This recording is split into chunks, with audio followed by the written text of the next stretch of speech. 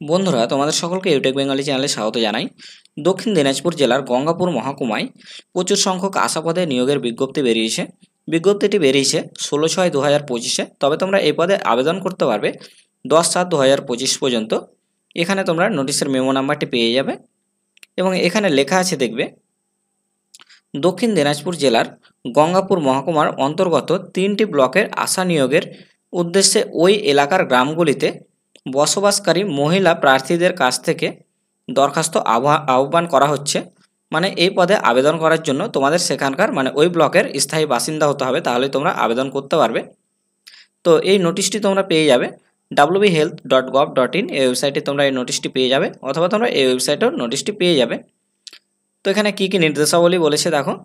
বলেছে 1 নম্বরে, কেবলমাত্র বিবাহিতা, বিধবা, আইনগতভাবে বিবাহ বিচ্ছিন্ন মহিলা প্রার্থীরা এই পদে আবেদন করতে পারেন। তো এরাই আবেদন করতে পারবে, কোনো কুমারী মহিলা আবেদন করতে পারবে না।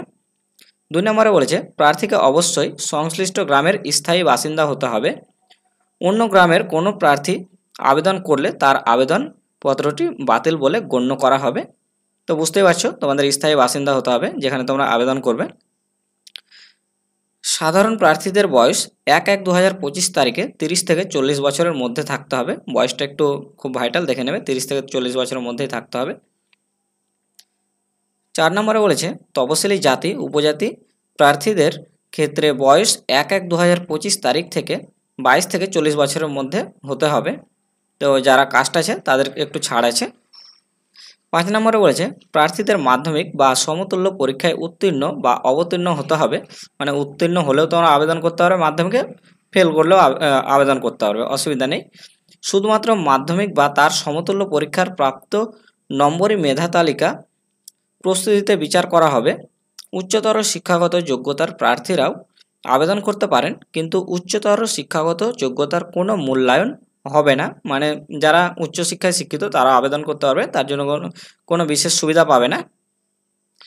কোন কোন ব্লকে ভ্যাকান্সিগুলো আছে তোমরা একটু দেখে নেবে। এখানে ব্লকের নাম দেওয়া আছে, এখানে কুশমন্ডি ব্লক আছে, এভাবে দেখে নেবে তোমরা।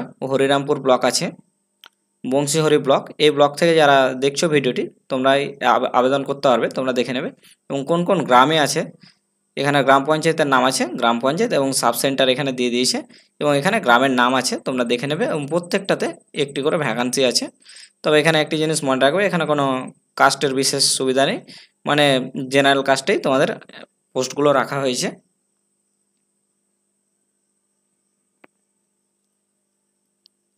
এই নোটিশটি তোমরা ভিডিও ডিসক্রিপশানে পেয়ে যাবে, তোমরা সেখান থেকে ডাউনলোড করে তোমরা যদি কেউ আবেদন করো তাহলে এখানে অ্যাপ্লিকেশনের ফর্মটি পেয়ে যাবে, আবেদনের ফর্মটি পেয়ে যাবে, দিয়ে তোমরা ফিল আপ করে জমা দিয়ে দেবে। বিডিও অফিসে গিয়ে তোমাদের জমা দিতে হবে এই ফর্মটি।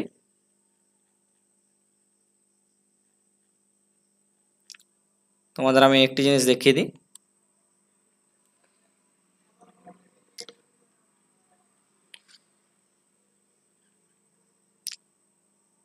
এখানে তোমরা একটি জিনিস দেখবে, এখানে লেখা আছে, দেখবে, নির্দিষ্ট বয়ানে পূরণ করা আবেদনপত্র 10/7/2025 তারিখ বিকেল 5টা পর্যন্ত সংশ্লিষ্ট বিডিও অফিসে জমা নেওয়া হবে। তো তোমরা বিডিও অফিসে গিয়ে জমা দেবে এই ফর্মটি, নইলে কিন্তু জমা নেবে না।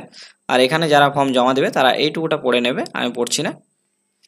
এরকম আরও ভিডিও পেতে তোমরা চ্যানেলটি অবশ্যই সাবস্ক্রাইব করে নেবে এবং ভিডিওটিতে একটি লাইক করে দেবে। ধন্যবাদ।